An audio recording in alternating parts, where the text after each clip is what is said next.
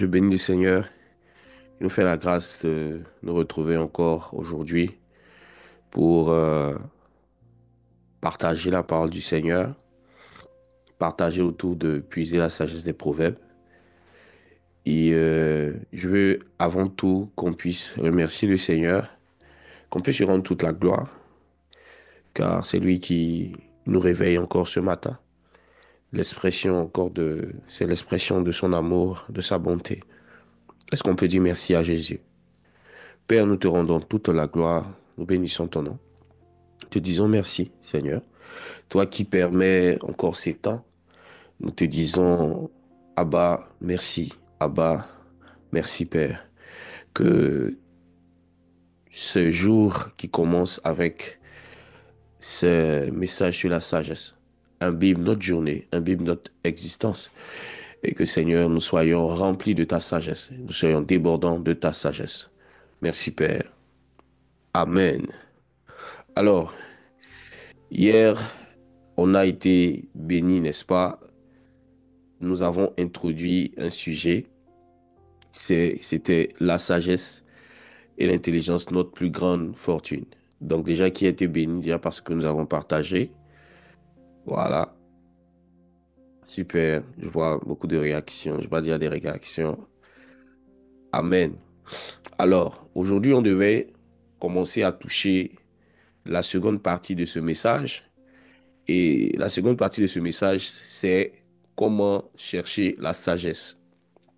Donc, plusieurs voulaient savoir comment obtenir cette richesse-là, cette fortune qu'est la sagesse, comment pouvoir l'obtenir. Alors, est-ce que tu es prêt? Je vais te donner trois grandes clés pour obtenir la sagesse. J'espère qu'on pourra terminer dans le temps. Et je t'invite à être attentif, à être focalisé sur tout ce qu'on va dire aujourd'hui, à ne pas être distrait et à noter surtout. Je vais expliquer point par point comment obtenir la sagesse, comment chercher la sagesse. Alors, la première clé pour obtenir la sagesse, c'est demander par la prière. Alors, il faut savoir que la Bible nous dit dans Jacques 1, le verset 5, Yann, tu peux prendre déjà Jacques 1, le verset 5. Bon, Jacques, La Bible, Jacques 1, le verset 5. La Bible nous dit qu'il faut demander au fait la sagesse. Donc, le premier moyen pour obtenir la sagesse, c'est de demander. Ah, vas-y. Jacques 1, verset 5. Mhm.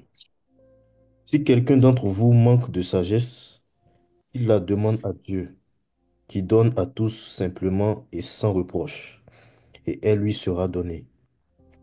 Simple. Si quelqu'un d'entre vous manque de sagesse, qu'il la demande à Dieu. Amen.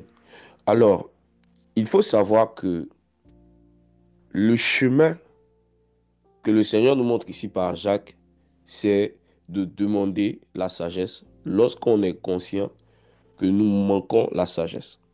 Donc, dans le fait de demander la sagesse, il y a d'abord le fait de reconnaître le manque de sagesse. Au fait, tu ne peux pas demander des choses si tu n'es pas conscient de l'importance de cette chose ou si tu n'es pas conscient du manque de cette chose. Donc, comment on demande la sagesse? On doit d'abord reconnaître sa stupidité, on doit reconnaître son manque de sagesse. Lisons ensemble Proverbe 9, versets 1 à 8. Proverbe, le chapitre 9, Mhm. versets 1 à 8. Proverbe 9, verset 1 à 8. Mhm, La sagesse a bâti sa maison. mhm. Elle a taillé ses 7 colonnes. Elle a égorgé ses victimes, mêlé son vin et dressé sa table. Elle a envoyé ses servantes. Elle crie sur le sommet des hauteurs de la ville. Que celui qui est stupide entre ici. Attends, la sagesse crée. La sagesse crée que celui qui est... Stupide. Waouh.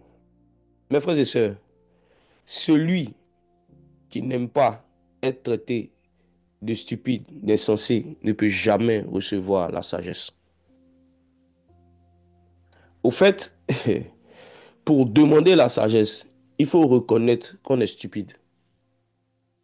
Il faut reconnaître qu'on a, qu'on est insensé. Donc, toute personne qui refuse d'être traitée d'insensé, de stupide, refuse de recevoir la sagesse. Regardez attentivement ce que Jacques dit. Il dit si quelqu'un manque de sagesse, qu'il demande à Dieu. Donc, ce qui précède le fait de demander la sagesse, c'est le fait de reconnaître que nous sommes en manque de sagesse. C'est le fait de reconnaître que nous sommes stupides. La raison pour laquelle plusieurs prient pour la sagesse et ne la reçoivent pas, c'est parce que plusieurs n'ont pas encore reconnu qu'ils sont stupides, qu'ils sont insensés, qu'ils n'ont pas de sagesse. La sagesse est comme une femme. Si tu ne reconnais pas l'importance et le besoin d'une femme dans ta vie, tu ne vas pas sentir le besoin de la courtiser, de la rechercher. Donc la sagesse veut se sentir désirée par celui qui veut l'obtenir. Donc la sagesse te traitera de stupide, d'insensé. Si tu n'arrives pas à reconnaître ton manque de sagesse, toute prière concernant la sagesse, le fait d'obtenir la sagesse sera vaine. Yann, Mhm. reprends à partir du verset où elle crie Ok. stupide et puis avance. Verset 3. Elle Mhm. a envoyé ses servantes, elles crient sur le sommet des hauteurs de la ville. Que celui qui est stupide entre ici. Que celui qui est sage entre ici, c'est ce qu'il a dit. Non, stupide, que celui qui est stupide. Donc, il y a une autre profondeur ici. C'est que les sages d'aujourd'hui étaient les stupides d'hier.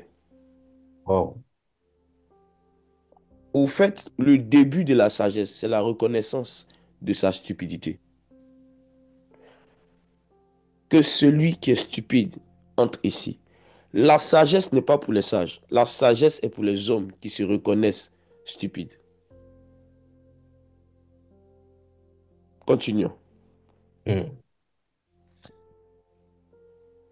Que celui qui est stupide entre ici. Elle dit à ceux qui sont dépourvus de sens. Wow. Hmm. Que celui qui est dépourvu de sens Hmm. entre ici. Hmm. Celui qui n'a pas de bon sens, celui qui est insensé. Regardez comment la sagesse parle mal. Hey. Vous qui avez du mal à entendre certaines vérités concernant votre manque de sagesse, vous n'allez jamais devenir sage. Parce que la sagesse fait ce que nous on appelle en Côte d'Ivoire le malparlage. La sagesse te dit, tu es stupide. Elle ne s'arrête pas là. Elle te dit, tu es insensé. Et c'est en fonction de la réaction que tu vas avoir lorsque tu vas entendre la sagesse. C'est ce qui va faire que la sagesse va être investie en toi. Plusieurs d'entre vous, vous ne recevez pas la sagesse parce que vous avez du mal à supporter les réprimandes. Vous avez du mal à supporter que vous ne connaissez pas tout. Vous avez du mal à supporter que certains sujets sont au-delà de vos compétences. Certains sujets sont au-delà de votre connaissance. Frère, on ne peut rien apprendre à un homme qui sait tout, qui croit savoir tout. On ne peut rien apprendre à un homme qui pense avoir de l'expérience d'un domaine alors qu'il n'en a pas. Donc la sagesse commence à te dire que tu as un manque d'expérience dans le mariage. Tu as un manque d'expérience dans le ministère. Tu as un manque d'expérience dans la gestion des relations humaines. Tu as un manque d'expérience dans le choix de ton futur conjoint. Et une fois que tu acceptes que ce que la sagesse dit de toi est vrai, c'est là maintenant que tu entres à l'école de la sagesse. En réalité, la porte d'entrée à l'école de la sagesse, c'est la reconnaissance de son manque de sagesse, son manque d'expérience. La reconnaissance, en gros, de sa stupidité et de son manque de bon sens. Regardez quelque chose. Lisons à partir du verset 5. Bon. Proverbe 9, verset 5. Mhm. Venez, mangez de mon pain et buvez du vin que j'ai mêlé. Allons-y jusqu'au verset 8. Quittez la stupidité et vous vivrez, et Hmm. marchez dans la voie de l'intelligence. Celui qui reprend le moqueur s'attire le dédain, et celui qui corrige le méchant reçoit un outrage. Ne reprends pas le moqueur, de crainte qu'il ne te haïsse. Reprends le sage, et il t'aimera. Deuxième chose, c'est que dans le principe de demander, il y a le fait d'accepter la réprimande.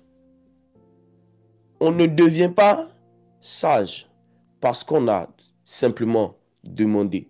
On devient sage parce qu'on a reconnu son manque de sagesse en acceptant la réprimande. Au fait, celui qu'on reprend constamment au sujet de son manque de sagesse est celui-là qui va en réalité grandir plus en sagesse s'il accepte les réprimandes et s'il y voit dans les réprimandes une manière pour le Seigneur de lui communiquer la sagesse. En réalité, toute personne qui est orgueilleux et qui refuse d'être repris, qui refuse d'être corrigé, refuse de recevoir la sagesse. Refuser d'être repris par rapport à une action qu'on a commise, c'est refuser de devenir sage. Mes frères et sœurs, voici pourquoi plusieurs prient pour la sagesse et ne la reçoivent pas. Parce que ces personnes ne reconnaissent pas leur stupidité. Et ces personnes ont horreur des réprimandes, ont horreur des réprimandes, ont horreur des contradictions. Un homme qui a horreur d'être contredit a horreur de la sagesse. Parce que la sagesse va te contredire. Hmm. Il faut accepter et aimer les réprimandes. C'est le deuxième point lorsqu'on parle de demander. Demander, il faut reconnaître sa stupidité. Il faut accepter et aimer les réprimandes. Pour cela, nous allons voir cela rapidement dans Proverbe 1, versets 20 à 23. Proverbe, le chapitre 1, Mhm. versets 20 à 23. Regardez ceci. Très bien. Hmm. Proverbe 20, merci. Proverbe 1, pardon. Oui. Mhm. Proverbe 1. Mhm. Verset 20. Oui. La sagesse crie dans les rues. Elle élève sa voix dans les places. Elle crie à l'entrée des lieux bruyants, aux portes, dans la ville. Elle fait OK. entendre ses paroles. OK. OK. Regarde quelque chose, Yann. Mhm. Quand on a lu Proverbe 9, versets 1 à 8, Mhm. tu as observé que la manière dont la sagesse parle, elle élève le ton, la sagesse crie. Yes. Et lorsqu'on voit ici dans Proverbe 1, la sagesse fait quoi encore? Elle Elle crie. crie. La Mhm. sagesse ne s'exprime pas avec douceur, la sagesse crie sur toi. My God. Un homme qui a décidé de ne pas accepter qu'on crie sur lui, il a décidé de ne pas écouter la sagesse. Parce que la sagesse, au fait, c'est le cri qui débouche les oreilles du fou. C'est le Wow. cri qui débouche les oreilles de l'insensé. Au fait, la sagesse est obligée de crier. Parce que la folie, en réalité, te rend sourd par rapport aux paroles de sagesse. Et ouvre ton entendement sur les paroles folles. Donc, il faut en réalité que la sagesse débouche ton oreille. Donc, la sagesse fait quoi? Elle crie. La sagesse ne s'exprime pas en chantant. La sagesse ne s'exprime pas avec une voix doucereuse. Quand l'esprit de sagesse parle, l'esprit de sagesse crie. Vous allez le voir dans tous les livres de Proverbes. Parce que le cri, my God, de la sagesse, c'est simplement pour déboucher nos oreilles, pour nous réprimander. En fait, c'est ce que ça veut dire. La sagesse est constamment en train de nous réprimander. Mes frères et sœurs, la sagesse réprimande. La sagesse crie. Regardons quelque chose. Continue, continue jusqu'au verset 23. Verset 22. Mhm. Bon, Regarde le verset 21. ok, Regarde le verset verset 21. 21. Mhm, Lis le verset 21. mhm. Elle crie à l'entrée des lieux bruyants. Oh, Hey. Elle crie à l'entrée des lieux bruyants. bruyants. Donc la folie a un bruit et la sagesse doit être le bruit au-dessus. Le bruit au-dessus de celui de la folie. Donc la sagesse élève la voix. Donc le Seigneur peut te communiquer la sagesse en permettant que quelqu'un élève la voix sur toi. Mhm, Élève la voix au-dessus de ton bruit. Si tu fais le bruit, mais Dieu permet à ce que quelqu'un élève la voix au-dessus de toi pour te donner la sagesse. Donc il faut une forme d'humilité étrange pour désirer la sagesse. Plusieurs d'entre vous, après avoir fait des prières pour recevoir la sagesse, Dieu a envoyé des personnes pour élever le ton sur vous, pour vous dire des vérités en élevant le ton sur vous. Et vous avez dit non, je n'aime pas la manière dont il m'a parlé. Ce qu'il a dit, c'est vrai, mais sa manière de parler n'était pas bonne. Vous avez décidé de refuser la sagesse. Parce wow. que vous n'avez pas cherché le fond de la sagesse, mais vous avez été en réalité rebuté, repoussé par la forme. Par la forme. Et plusieurs d'entre vous, on peut vous dire des vérités qui sont tellement indiscutables. Mais vous vous appuyez sur quoi? Sur la manière dont les vérités ont été dites pour décider de ne pas apprendre. Non, c'est une vérité, hein. Oui, mais la manière de dire n'est pas. Frère, si tu es toujours en train de regarder la manière, tu ne vas pas regarder en réalité que la vérité t'a été dite. Mais tu as refusé d'écouter à cause de la manière. Les hommes qui veulent recevoir la sagesse par une parole douce sont semblables à des personnes qui vont chez un médecin et qui décident de dire au médecin, c'est vrai, je dois prendre le comprimé, je dois prendre le vaccin, mais je ne veux pas qu'on me pique sur la joue, je ne veux pas qu'on me pique sur le bras, pardon, je veux qu'on me pique sur les fesses. Tu décides de dire, je veux que la manière dont on va m'administrer la sagesse soit de telle manière. Mon frère, si tu raisonnes comme cela, tu ne vas jamais acquérir la sagesse. Ce n'est pas possible. La sagesse s'exprime comme elle veut.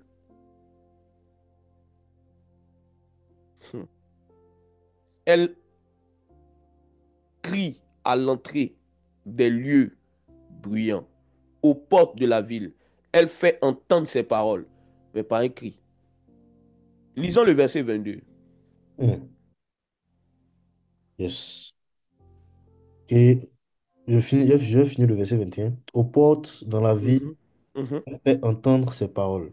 mhm, Verset 22. Jusqu'à mhm. quand, stupide, aimerez-vous la stupidité? Jusqu'à quand les moqueurs se plairont-ils à la moquerie et les insensés haïront-ils la science? Regardez, tout ça pour une seule personne, hein.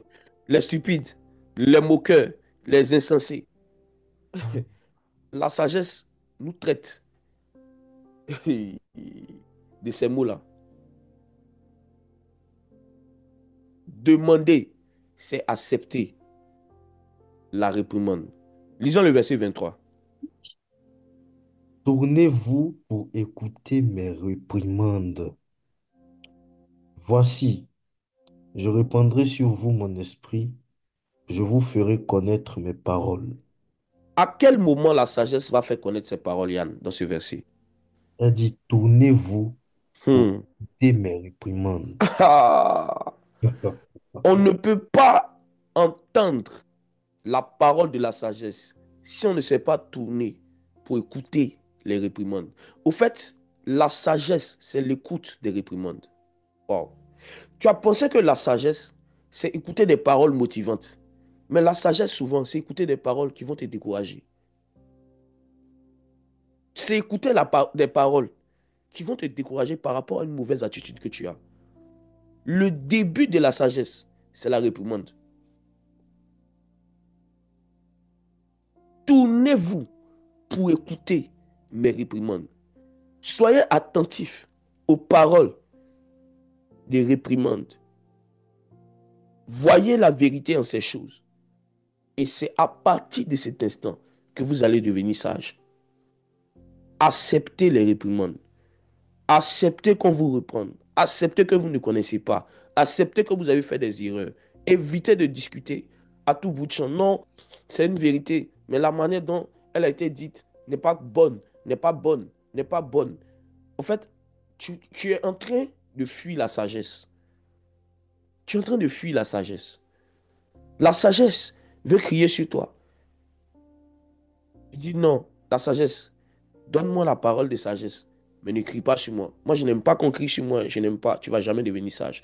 C'est pour cela que plusieurs prient pour la sagesse et ne la reçoivent pas. Deuxième principe, nous sommes toujours dans la première clé qui est de demander la sagesse. Yann, on va voir un deuxième principe, un Mm. troisième principe, pardon, qui est important. Troisième principe, dans le volet de demander la sagesse. Mm. Ce sont des demandes avec action de grâce. En d'autres termes, demander la sagesse par la prière et les offrandes.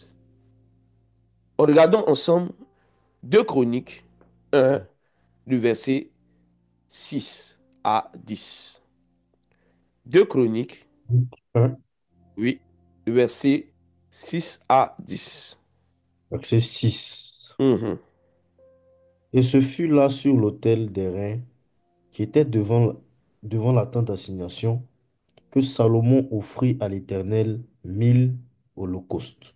Il a offert à l'Éternel combien d'holocaustes? 1000. 1000 holocaustes. Hein. Non, il y a des gens qui étaient dangereux dans cette affaire d'offrande, hein. Je suis sûr que si Salomon était à notre temps, plusieurs allaient dire qu'il est fou. Plusieurs allaient dire qu'il n'a pas besoin de donner beaucoup comme ça pour Dieu. C'est vrai. Mais Salomon savait quelque chose. Il savait quelque chose. Regardez pourquoi Salomon a demandé les 1000 holocaustes. Salomon était un stratège et c'était un homme spirituel. Il savait que il y a des choses lorsqu'on demande au Seigneur, on doit accompagner notre demande d'une offrande. Mm. Lorsque l'ange est apparu clairement à Corneille dans une vision, il a dit à Corneille que tes aumônes et tes prières sont montées vers Dieu. Tes prières et tes aumônes dans d'autres versions. Il a dit à Corneille que Dieu ne t'a pas seulement entendu parce que tu as prié, mais parce que tu as accompagné ta prière d'aumône. Au fait, pour certaines choses que vous demandez à Dieu, certaines choses bien précises que vous demandez à Dieu, il faut y ajouter des actions de grâce. Et la sagesse n'échappe pas à ces choses. On voit Salomon ici offrir au Seigneur 1000 holocaustes. Est-ce que, regardez les gars, 1000. Regardez ici, on est 400 en ce moment. Mm. On n'atteint même pas la moitié de 1000. Donc imaginez 1000, 1000 bêtes dans un endroit. Frère, c'était une offrande, c'était du jamais vu en son temps. 1000 holocaustes. Pourquoi, frère? Allons-y. Mm. Continue. Verset 7. Mhm. Pendant la nuit, Dieu apparut à Salomon et lui Hey, qu'est-ce qui a fait que Dieu a apparu à Salomon? dit 1000. 1000 holocaustes. Corneille a fait monter des prières et des aumônes. Il y a un ange qui lui est apparu. Et maintenant, Salomon a fait monter des prières et 1000 holocaustes. Dieu même lui est apparu. Il y a des gens qui veulent vivre des apparitions de Jésus-Christ, mais qui ont horreur des offrandes. Vous n'allez jamais voir Jésus. Ah! Vous n'allez pas voir Jésus. Parce qu'il y a des apparitions de Christ qui sont suscitées par des types d'offrandes. Frère, my God. Ce Hmm. bélier qui symbolisait Christ, retenu dans les cornes, sur le mont Morija, qui a été sacrifié à la place d'Isaac, il est apparu lorsque Abraham voulait sacrifier Isaac. Hey, Hmm. frère, en fait, chaque fois qu'un homme voulait sacrifier quelque chose d'important, Dieu est apparu. La Hmm. voix de Dieu se fit entendre. C'est pour cela que lorsque les Juifs devaient aller en guerre, lorsqu'ils voulaient savoir, est-ce que nous allons gagner la guerre? Quelle sera l'issue de cette guerre? Ils voulaient recevoir la sagesse pour savoir comment ils doivent mener le combat. Qu'est-ce qu'ils faisaient? Ils faisaient des holocaustes. L'holocauste est une des manières d'accélérer sa vie en termes de sagesse. Mes Hmm. frères, la dame qu'on appelle la reine de Séba ou de Saba, dans d'autres versions, cette dame-là a traversé plusieurs pays pour venir faire quoi? Des offrandes à Salomon. Et ensuite, écouter la sagesse. Les hommes antiques savent que il y a un niveau de sagesse que tu ne peux pas atteindre. Si tu dois suivre un parcours normal, c'est-à-dire si quelqu'un a pris peut-être 10 ans, 20 ans pour avoir la sagesse qu'il a, et toi, tu sais que ton temps est limité, tu sais que ce que tu dois accomplir dans ta vie, c'est énorme. Et si tu dois attendre 20 ans, tu risques d'être en retard. Alors, qu'est-ce que ces hommes-là faisaient dans ce type de conditions? Ils trouvaient un homme qui avait de la sagesse et ils lui faisaient des offrandes. Il priait pour dire, Père, donne-moi la sagesse. Et puis il faisait des offrandes. Donc Salomon savait que il devait débuter après le règne de l'excellent et l'excellentissime David, un homme sage devant le Seigneur, un homme qui a marché réellement avec le Seigneur. Salomon savait que s'il devait suivre les traces de son père, il n'avait pas beaucoup de temps. S'il devait atteindre la statue que son père avait, s'il devait le faire, il devait avoir encore plus d'années. Alors que le règne était dans sa continuité, qu'est-ce qu'il a fait? Il a offert au Seigneur 1000 holocaustes. Et qu'est-ce qui s'est passé? Dieu lui a apparu. Dis avec moi, après 1000 holocaustes, Dieu Après a 1000. apparu. Vous voulez voir des manifestations angéliques, des anges qui vont venir, vous donner des paroles, vous communiquer la sagesse. Il y a des gens qui veulent vivre ça régulièrement. Je vous assure, parmi les voies pour vivre ces choses, il y a les holocaustes, les offrandes sacrificielles, les offrandes que vous faites pour Dieu, des sacrifices en termes d'holocauste. Ceux qui ont suivi la session de EDI passée, mon père, l'évangéliste Jacques Amessan, a bien parlé des holocaustes. Vous pouvez aller suivre la dernière session EDI pour être mieux éclairé sur ce sujet-là. Mes frères et sœurs, les offrandes, les aumônes créent l'apparition des anges et, et font aussi que Dieu peut apparaître. Tu demandes la sagesse, mais tu es avare. Tu ne vas pas recevoir une certaine forme de sagesse et une certaine forme d'accélération. Qu'est-ce que Dieu est venu faire pendant la nuit, Yann? On est au verset 7. Hmm. Verset 7. Hmm, Dieu apparut à Salomon et lui dit, demande ce que tu veux que je te donne. hmm. Ah ouais. Demande ce que tu veux que je te donne. Demande ce que tu veux que je te donne. En fait, quand Dieu apparaît à Salomon, ce n'est pas pour trop parler. Vous faites des songes où Dieu vous apparaît, pardon, et Dieu vous parle beaucoup. Si vous voyez que vous parlez beaucoup, souvent c'est parce que vous n'avez pas fait 1000 holocaustes. En fait, après 1000 holocaustes, quand Dieu vous apparaît, Dieu vous pose une seule question. Hmm. Demande. Tu m'as donné. Demande ce que tu veux que je te donne. Dieu était trop direct. Trop direct. Et qu'est-ce que Salomon a répondu? Verset 8. Salomon répondit à Dieu, Mhm, tu as traité David, mon père, avec une grande bienveillance, et tu m'as fait régner à sa place. mhm, C'est neuf. Maintenant, éternel Dieu, que ta promesse à David, mon père, s'accomplisse. mhm, Tu m'as fait régner sur un peuple nombreux comme la poussière de la terre. mhm. Et Verset 10. accorde-moi donc la sagesse et, pardon, de la sagesse et de l'intelligence afin que je sache me conduire à la tête de ce peuple. Car qui pourrait juger ton peuple, ce peuple si grand? Regarde, il a demandé au Seigneur la sagesse et l'intelligence pour diriger le peuple. Maintenant, regarde la réponse de Dieu.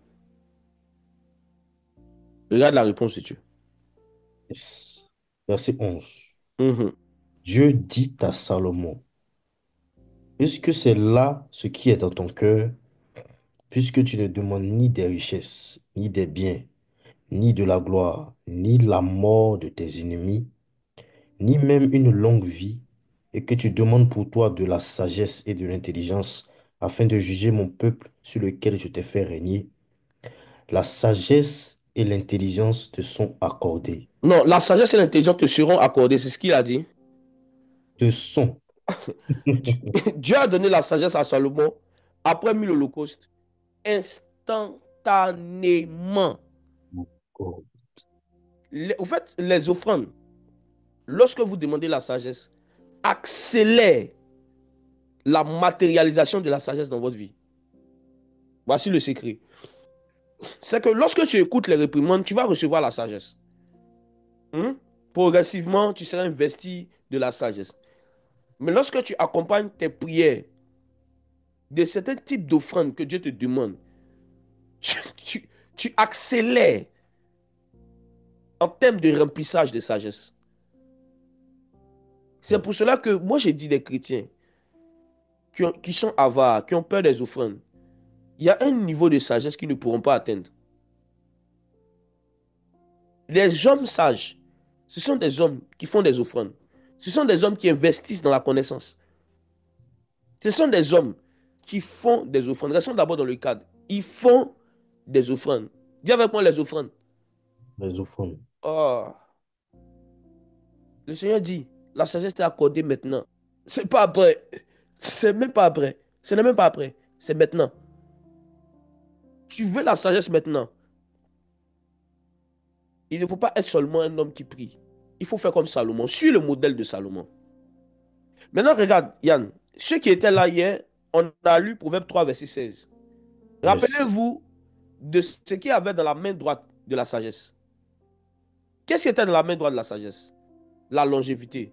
Dans la main gauche de la sagesse, il y avait quoi? La richesse et la gloire. Yann, Mhm. relis le verset 11. Regardez bien comment la parole de Dieu est puissante. D'accord. Regardez. Dieu dit à Salomon, Dit à Salomon, uhum, puisque c'est là ce qui est dans ton cœur, uhum. que tu ne demandes ni des richesses, ni des biens, ni de la gloire, ni la mort de tes ennemis, ni même une longue vie. Attends, il ne demande pas la richesse, il ne demande pas la gloire, il ne demande pas une longue vie. Les gars, Tiens, je vais vous dire quelque chose. tiens. Salomon n'a pas demandé la richesse, il n'a pas demandé la gloire, il n'a pas demandé la longue vie, parce qu'il savait que tout était renfermé dans la sagesse. Oh, au fait, vous demandez, vous demandez des composantes de la sagesse. Vous demandez des composantes de la sagesse.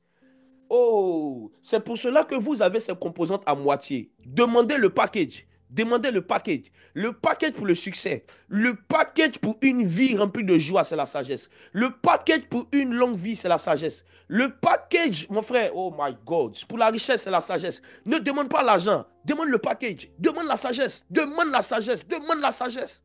La sagesse est la chose la plus importante, frère. Lorsque tu te réveilles le matin, la première chose que tu dois faire dans la prière, c'est demander la sagesse. La sagesse renferme en elle. La sagesse renferme en elle. Oh, la richesse. La sagesse renferme en elle la gloire. La sagesse renferme en elle la longévité. Regarde, qu'est-ce que le Seigneur a répondu à Salomon? La sagesse, c'est le package. La Bible dit que la sagesse est la chose principale, frère. Si tu as demandé la sagesse, tu as pu avoir la sagesse, tu as tout eu. Tu as tout eu. Tu as tout eu. Un homme intelligent doit pouvoir chercher la sagesse au-dessus de tout, mes frères et sœurs. Regardez ce que le Seigneur dit à Salomon au verset 12. Regarde, Mm. au verset 12. Lis le verset 11 à 12. Ok, verset Mais, 11 à 12. vas-y. Dieu dit à Salomon Mhm, que c'est là ce qui est dans ton cœur, puisque tu ne demandes ni des richesses, mhm. ni de la gloire, ni la mort de tes ennemis, ni même une longue vie, et que tu demandes pour toi la sagesse, de la sagesse et de l'intelligence, afin de juger mon peuple sur lequel je t'ai fait régner. La sagesse et l'intelligence te sont accordées.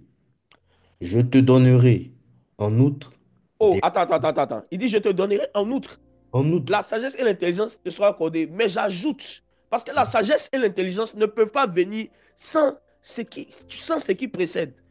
oh, Donc le Seigneur déballe à Salomon le package de ce qu'il a demandé. Salomon est un homme très, très avisé. Vas-y. Qu'est-ce qui accompagne la sagesse? je te donnerai en outre des richesses, Des des richesses, biens et des de la biens gloire, et de la gloire. comme n'en a jamais eu aucun roi avant toi, et comme n'en aura aucun après My toi. God. Frère, il dit, il va lui donner la sagesse et l'intelligence. Il va lui donner la richesse, des biens et de la gloire. Comme n'en a jamais eu aucun roi avant lui. Et comme n'en aura aucun après lui. Frère, je peux te dire un mystère. Mm, mm.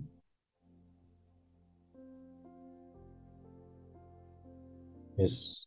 La sagesse que Dieu avait donnée à Salomon,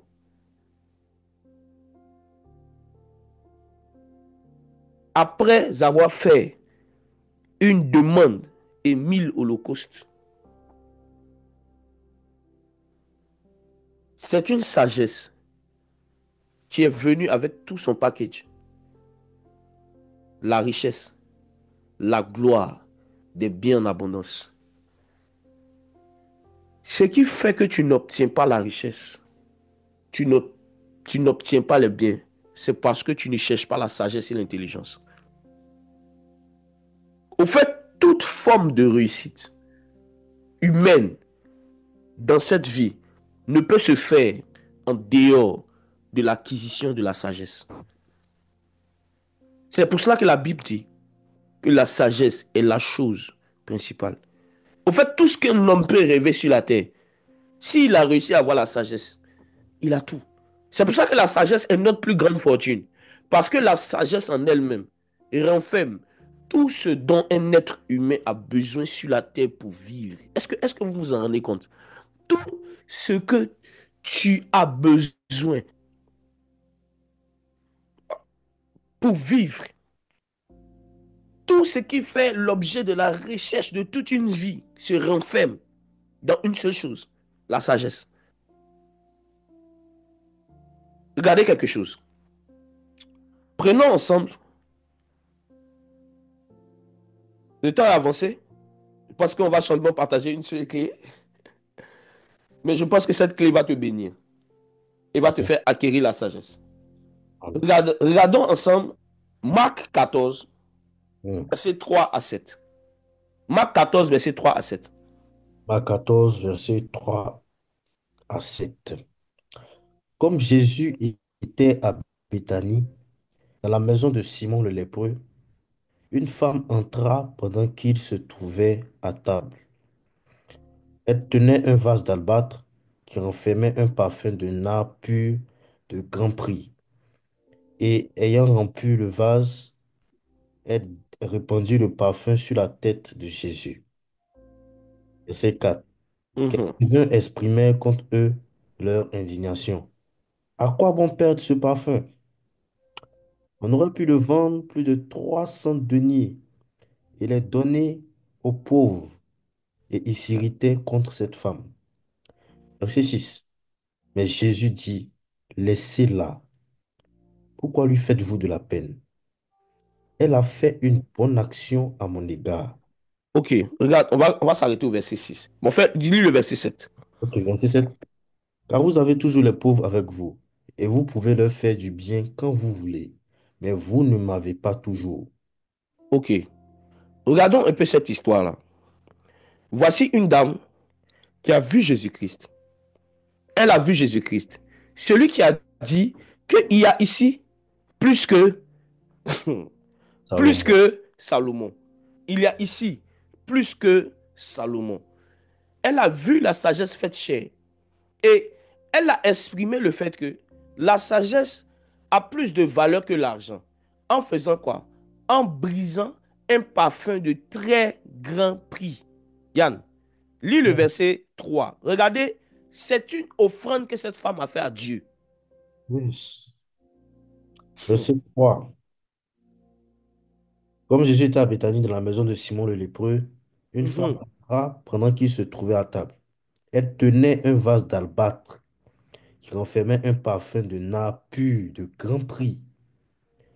Un parfum de nard pur, sans mélange, de grand prix. Excusez-moi de vous dire quelque chose. Jésus était dans la maison d'un monsieur qu'on appelle Simon le lépreux. Hmm. Mais ce n'est pas Simon le lépreux. Ce n'est pas Simon l'avare qui a reçu un témoignage de Jésus. Mais c'est la femme prostituée. Plusieurs d'entre vous, Jésus-Christ peut être dans votre vie. Mais vous pouvez ne pas recevoir de Jésus un témoignage. Vous pouvez ne pas recevoir de Jésus une sagesse. Parce que vous êtes comme Simon le lépreux. Vous êtes avare. Votre main est dure. Votre main ne sort pas. Mes frères et sœurs, cette dame a brisé un parfum de grand prix. Le parfum de nard, là, lorsqu'on étudie un peu le côté financier de cette époque-là, hein, les finances, on voit qu'au fait, ce parfum-là peut valoir un salaire de toute une année, 365 jours. Donc, cette dame-là a fait une offrande semblable, sinon au-delà des 1000 holocaustes que Salomon a fait à Dieu. Et après avoir fait cette offrande, regardez quelque chose. Qu'est-ce que Jésus-Christ dit la concernant? Regarde, lis à partir du verset 7. Yes. Verset 7. Mhm, Car vous avez toujours les pauvres avec vous, et vous pouvez leur faire du bien quand vous voulez, mais vous ne m'avez pas toujours. mhm. 8. Elle a fait ce qu'elle a pu. Elle a d'avance embaumé mon corps pour la sépulture. Donc, c'est une offrande qu'elle a donnée, un parfum qu'elle a donné pour Hmm. ma sépulture. Mais regarde quelque chose. Quelque Hmm. chose que je vais vous faire remarquer. Mhm, Ok. Verset 9. mhm. Je vous le dis en vérité, partout où la bonne nouvelle sera prêchée, Attends, attends, attends. On dit partout où la bonne nouvelle sera prêchée. La suite? dans le monde entier, Dans le monde entier. De la même manière que Salomon n'a pas regardé aux 1000 holocaustes pour recevoir la sagesse. Et cette sagesse a fait de lui un homme d'une grande réputation. Cette femme aussi a considéré que la sagesse de Jésus avait plus de prix qu'un parfum de nard. Regarde maintenant ce que Jésus-Christ va donner à cette dame-là. La même chose qu'il a donné à Salomon, il va donner ça à cette dame. Regardez. on racontera aussi en mémoire de cette femme ce qu'elle a fait. Dans le monde entier, on va parler de cette femme-là. Elle a perdu un parfum de nard, mais elle est devenue célèbre. Elle a eu de l'impact en une seule apparition dans la vie de Jésus. Il y a plusieurs personnes qui ont apparu dans la vie de Jésus. Mais cette femme, avec cette offrande, a pu accéder à une renommée, mes frères et sœurs, que plusieurs n'ont pas eu. À cause de quoi? Dis avec moi l'offrande. L'offrande. Le parfum de nard, elle a brisé le parfum de nard parce qu'elle a vu la sagesse faite chère. Si vous aimez l'argent plus que la sagesse, vous n'allez jamais devenir sage. Il faut considérer la sagesse plus que l'argent, plus que l'offrande. Cette dame, c'est l'image de Salomon qui a offert au Seigneur 1000 holocaustes. Elle a offert au Seigneur un parfum de nard pur, de très grand prix. De très grand prix. Si la Bible vous mentionne de façon spécifique le prix, ne spiritualise pas la chose. Alors, deuxième clé, rapidement, pour obtenir la sagesse. La deuxième clé pour obtenir la sagesse, c'est de chercher à être agréable au Seigneur. On va lire rapidement Ecclésiaste 2, du verset 26.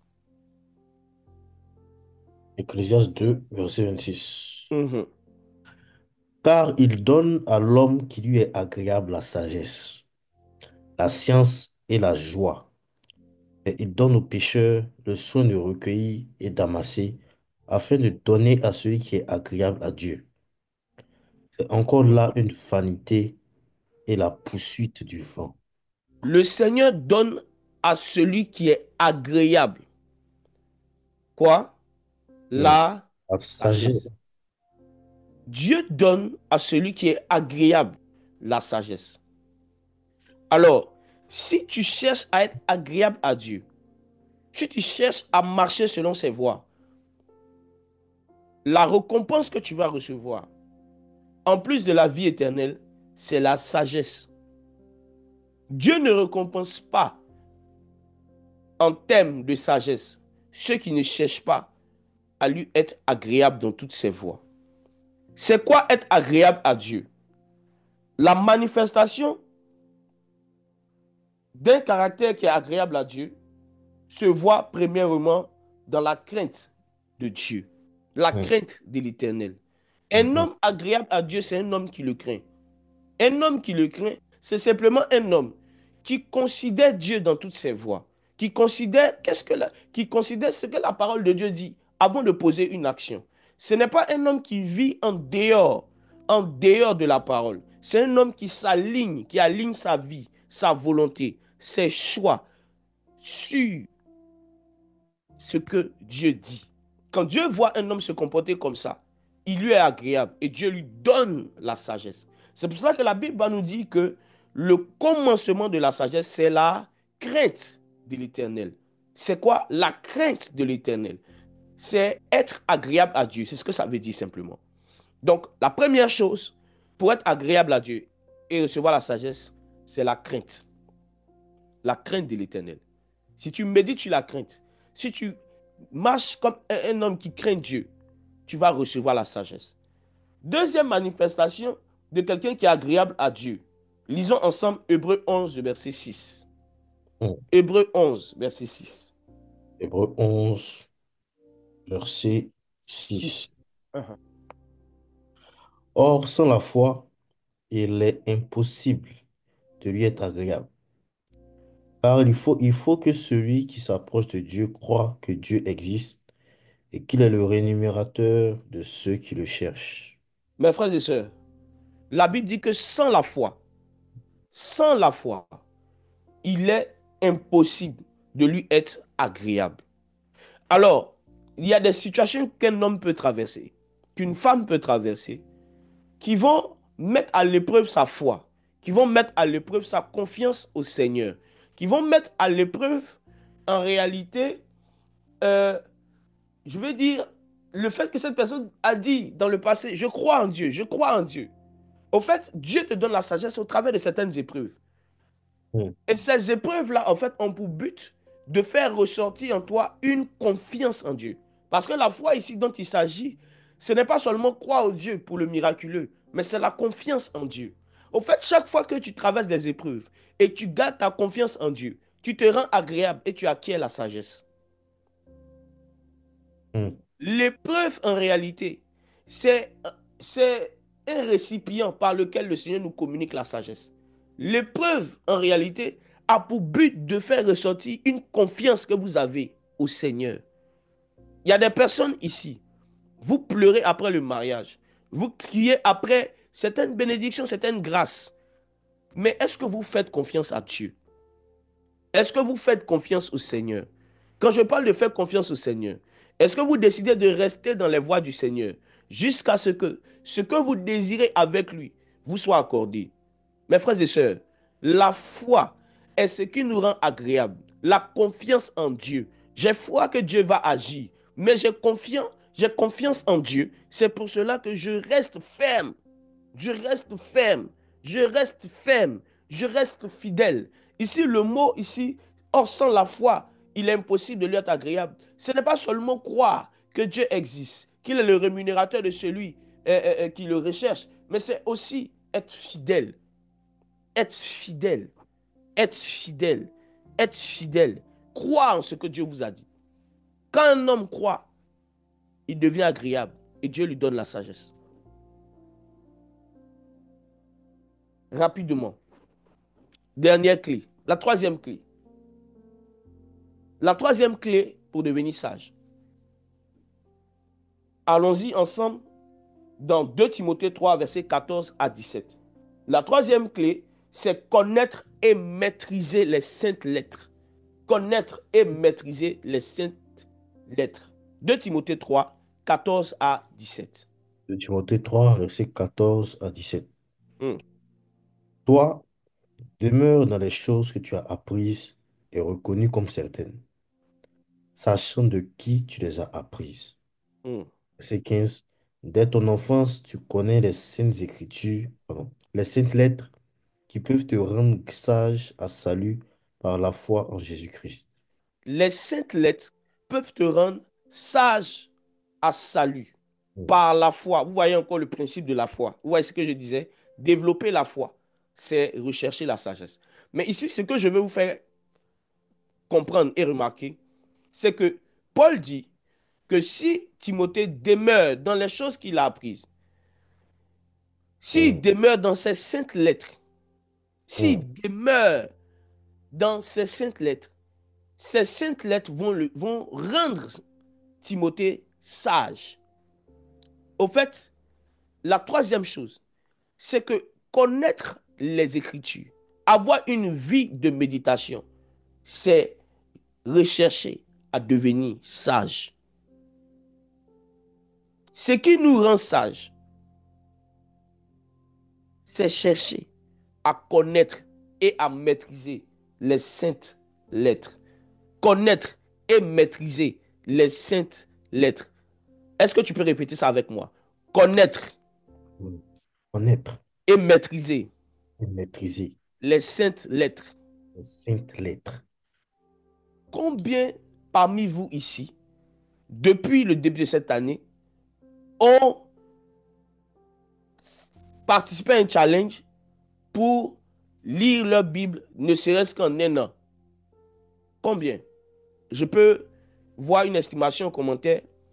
Combien sont en ce moment en train de se challenger pour lire toute la Bible cette année? Que le Seigneur vous bénisse. Vous êtes en train de rechercher la sagesse. Au fait, il n'y a pas d'abondance dans la sagesse sans la connaissance. Ce n'est pas possible. Et il faut que tu puisses connaître les saintes lettres. Il faut que tu puisses maîtriser les saintes lettres. Et c'est ces saintes lettres-là qui vont te guider au milieu des hommes et qui vont en réalité te distinguer parce que tu n'agis pas selon ta propre sagesse. Celui qui n'est pas rempli des saintes lettres, celui qui n'est pas rempli de la parole de Dieu, qui n'est pas rempli de la connaissance des choses de Dieu, ne pourra pas se conduire dans cette vie, ne pourra pas se conduire au milieu de ses semblables comme un homme sage. Ce qui nous différencie, c'est la lumière que nous portons. Et cette lumière, my God, est contenue dans les saintes lettres. Le temps me manquerait pour vous expliquer mot par mot pourquoi ici Paul parle de saintes lettres. Paul ne dit pas de simples lettres, il dit des saintes lettres. C'est-à-dire quoi? Chaque lettre de la connaissance de la parole de Dieu a pour but de nous rendre saints. Un homme sage, un homme sage a pour science la sainteté. La sainteté, c'est la science des sages. C'est la matière des sages. Au fait, tu deviendras sage si tu médites sur la sainteté de Dieu. Qu'est-ce qui fait que les anges sont sages? Qu'est-ce qui fait que la Bible parle des anges comme étant des hommes, des êtres sages, des êtres qui distillent la parole de Dieu, qui apportent des messages? C'est parce que les anges sont de façon permanente en contact avec la sainteté de Dieu. Au fait, ce qui te rend sage, c'est la connaissance de la sainteté de Dieu. C'est pour cela que Paul dit à Timothée, les saintes lettres, ce sont les saintes lettres qui te rendent sage. Ce n'est pas une simple méditation sur Dieu, c'est une méditation précise sur la sainteté de Dieu qui rend un homme sage. Alors je t'invite à faire quelque chose, un exercice pratique. Si tu prends le temps de méditer sur la sainteté du Seigneur au travers des Écritures, tu vas devenir sage en un rien de temps. Tu vas devenir sage en un court temps. Les saintes lettres, ce sont des messages qui touchent à la sanctification, qui touchent à la consécration. Parce que la sagesse, c'est la crainte de Dieu. Et la crainte de Dieu, c'est quoi? C'est s'éloigner du mal. On devient sage en adoptant l'attitude, le caractère qui vise à nous éloigner du mal. Au fait, le sage, c'est celui qui s'éloigne du mal. Le sage, c'est celui qui s'éloigne du mal.